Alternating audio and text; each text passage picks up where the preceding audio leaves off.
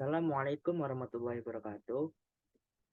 Perkenalkan, nama saya Syahrul Barok dengan NIM 1121 0490 000 121. Baik, di sini saya akan menjelaskan materi terkait apa itu etika, apa itu profesi hukum, dan pengertian terkait kode etik profesi hukum seperti kode etik jaksa, kode etik advokat, dan kode etik hakim. Ah, Baik, mungkin langsung ke materinya. Nah, di sini ada pengertian apa itu etika.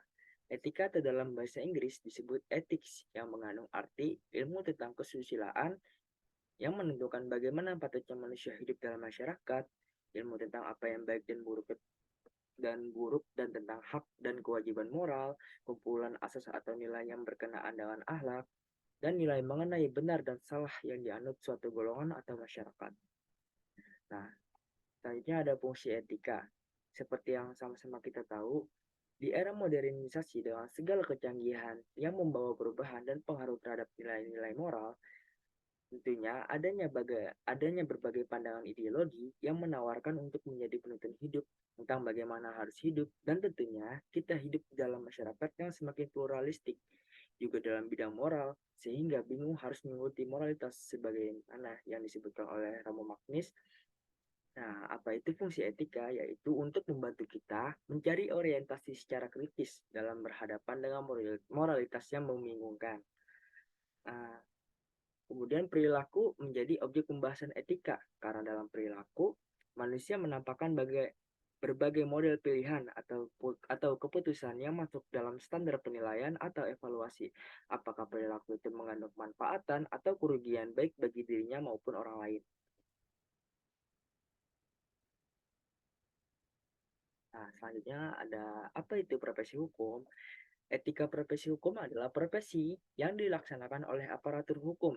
Dalam satu pemerintahan suatu negara, pengaman profesi hukum harus bekerja secara profesional dan fungsional, memiliki tingkat ketelitian, kehati-hatian, ketekunan, kritis, dan pengabdian yang tinggi karena mereka bertanggung jawab pada diri sendiri dan sesama anggota masyarakat, bahkan kepada Tuhan Yang Maha Esa sekalipun. Pengaman profesi hukum bekerja sesuai dengan kode etik profesinya. Apabila terjadinya penyimpangan atau pelanggaran kode etik, mereka harus rela mempertanggungjawabkan akibatnya sesuai dengan tuntutan kode etik. Biasanya dalam organisasi profesi ada dewan kehormatan yang akan mengoreksi pelanggaran kode etik. Nah, selanjutnya, seberapa pentingkah kita dalam belajar profesi hukum? Nah, etika etika dengan hukum, keduanya memiliki kesamaan substansial dan orientasi terhadap kepentingan dan tata kehidupan manusia. Dalam hal ini, ketika menekankan pembicaranya pada konstitusi soal baik buruknya perilaku manusia, perbuatan manusia dapat disebut baik, arif, dan bijaksana bila mana ada ketentuan secara normatif yang merumuskan bahwa hal itu bertentangan dengan pesan-pesan etika. Nah, berlandaskan pada pengertian dari urgensi etika, maka dapat diperoleh suatu deskripsi umum bahwa ada titik temu antara etika dan dengan hukum. Keduanya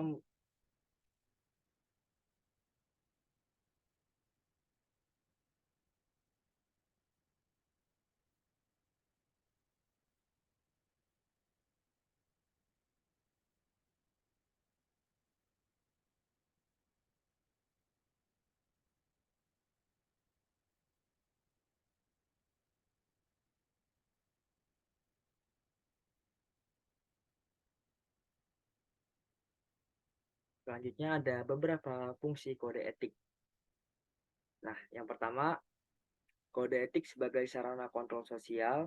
Dalam hal ini, kode etik memberikan semacam kriteria bagi para calon anggota kelompok profesi dan membantu mempertahankan pandangan para anggota lama terhadap prinsip profesional yang telah digariskan. Dan yang kedua, kode-kode etik profesi mencegah pengawasan atau campur tangan yang dilakukan oleh pemerintah atau oleh masyarakat melalui agen atau pelaksanaannya. Dan kemudian yang terakhir, kode etik adalah untuk pengembangan patokan kehendak yang lebih tinggi. Dalam hal ini, kode etik ini dasarnya adalah suatu perilaku yang sudah dianggap benar serta berdasarkan metode prosedur yang benar pula.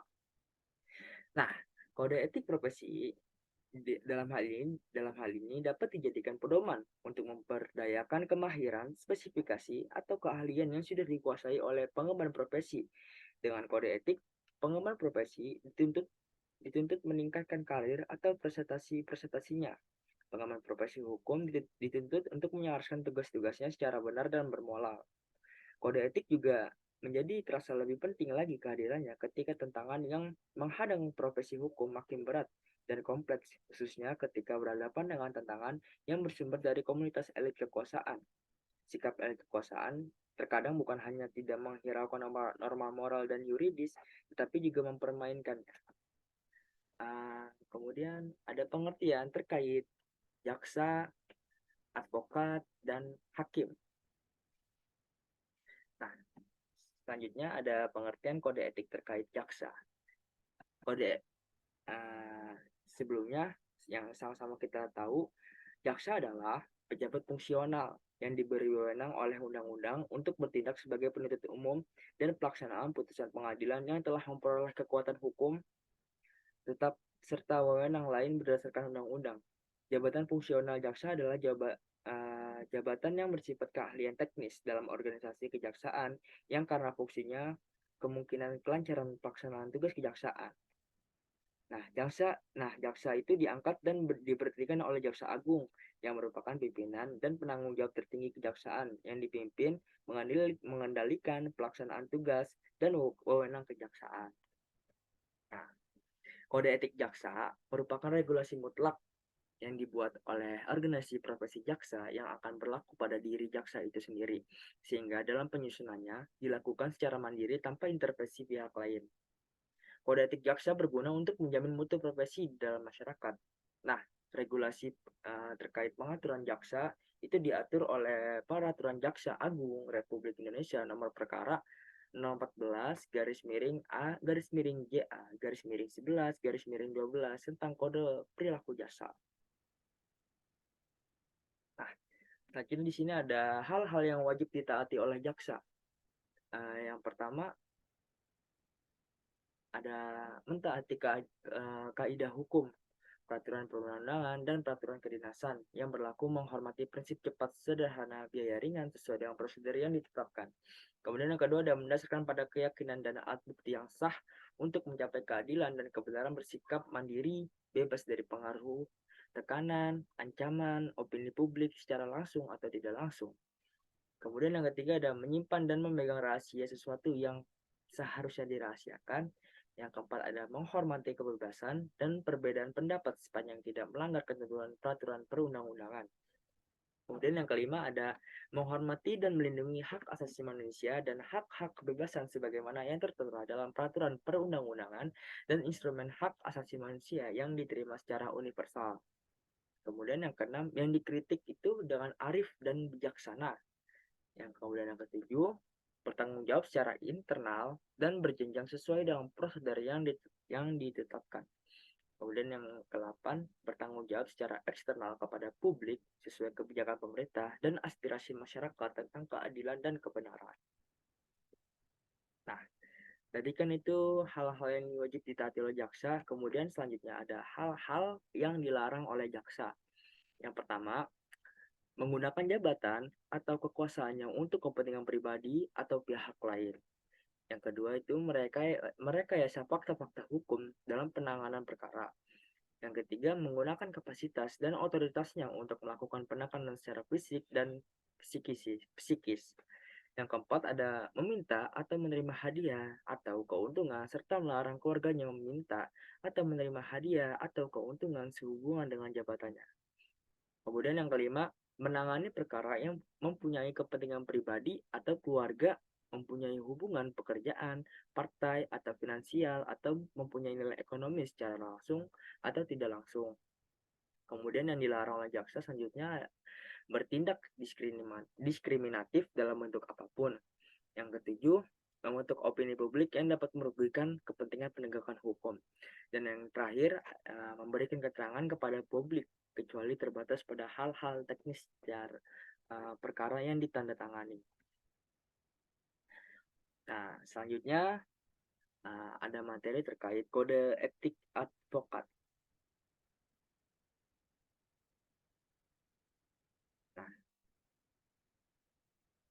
advokat adalah penegak hukum yang mewakili kepentingan dari masyarakat. Hal ini membuat peran advokat yang menjadi penting karena dapat menjaga keseimbangan antara pemerintah dan kepentingan negara. Melalui jasa yang diberikan advokat dalam menjalankan tugas profesinya untuk tegaknya hukum dan keadilan untuk kepentingan masyarakat dan mencari keadilan. Nah, menurut pasal 1 angkat 1 Undang-Undang Nomor 18 tahun 2003 yang selanjutnya disebut UU Advokat. Nah, di sini adalah pengertian advokat adalah orang yang berprofesi memberi jasa hukum baik di dalam maupun di luar pengadilan yang memenuhi persyaratan berdasarkan ketentuan undang-undang. Jasa hukum advokat yang masih terdapat pada pasal 1 angkat 2 yaitu berupa konsultasi hukum, bantuan hukum, menjalankan kuasa, mewakili, mendampingi, membela, dan melakukan tindakan hukum lain untuk kepentingan hukum klien.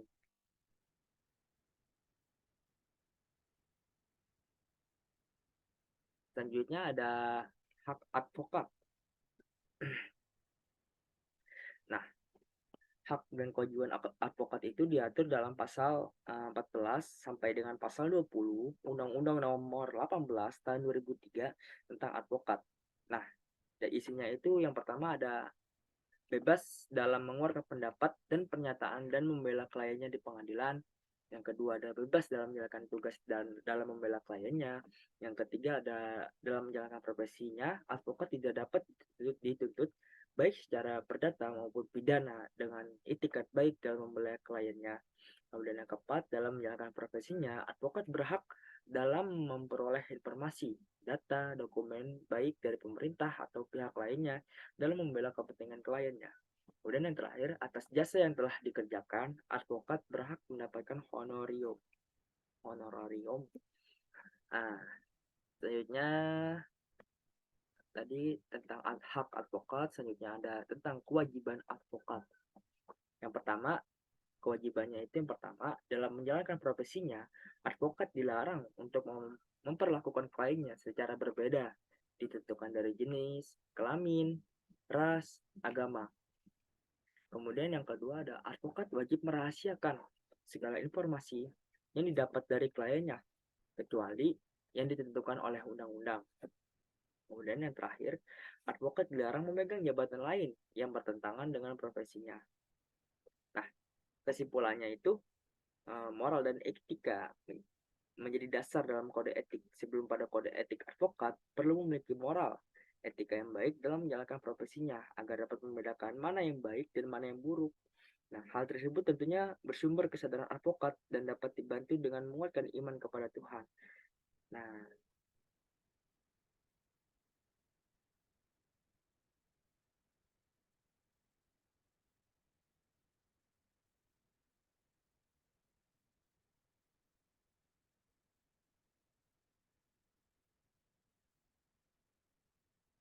selanjutnya ada kode etik hakim. Nah, dalam proses penegakan hukum di Indonesia, hakim merupakan kunci utama dalam pengambilan keputusan yang adil dan bermartabat. Posisi hakim sebagai aktor utama lembaga peradilan menjadi amat vital, terlebih lagi mengingat segala kewenangan yang dimilikinya.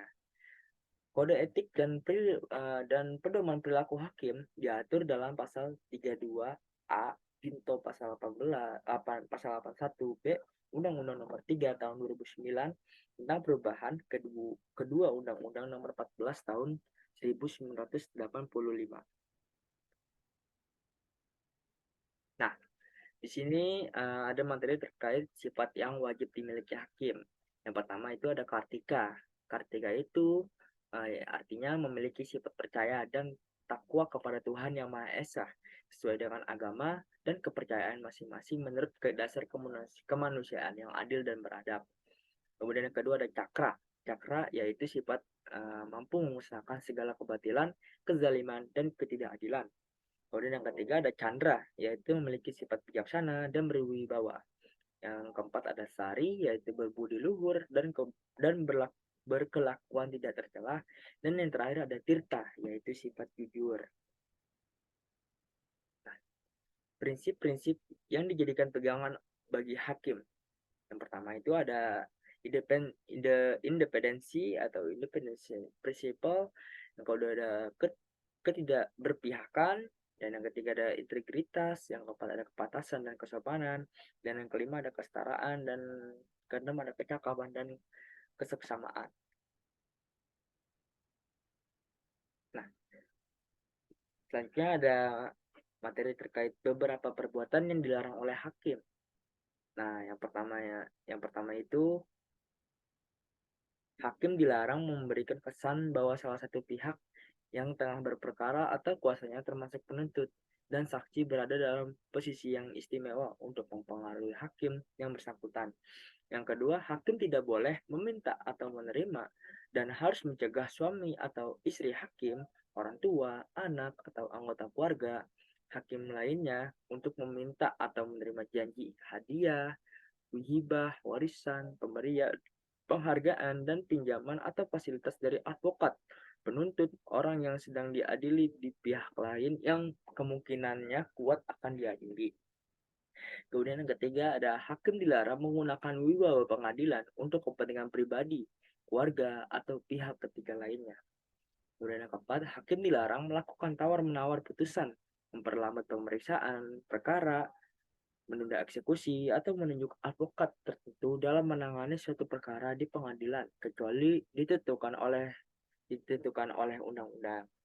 Kemudian yang kelima ada hakim dilarang menggunakan wibawa jabatan sebagai hakim untuk mengejar kepentingan pribadi, anggota keluarga, atau siapapun juga dalam hubungan finansial.